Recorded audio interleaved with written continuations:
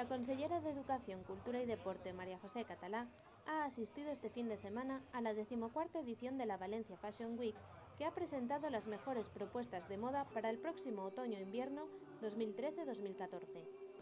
La pasarela, que se ha celebrado del 7 al 9 de febrero, ha tenido lugar en el Palacio de la Exposición de Valencia. La consellera ha asistido al desfile de clausura y al acto de entrega de premios de la Semana de la Moda en Valencia.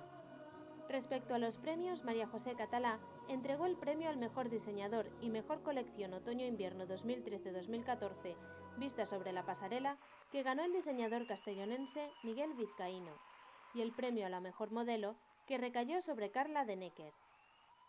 Posteriormente, la consellera presenció el desfile de clausura de esta edición de la pasarela del diseñador Juan Antonio Mompó.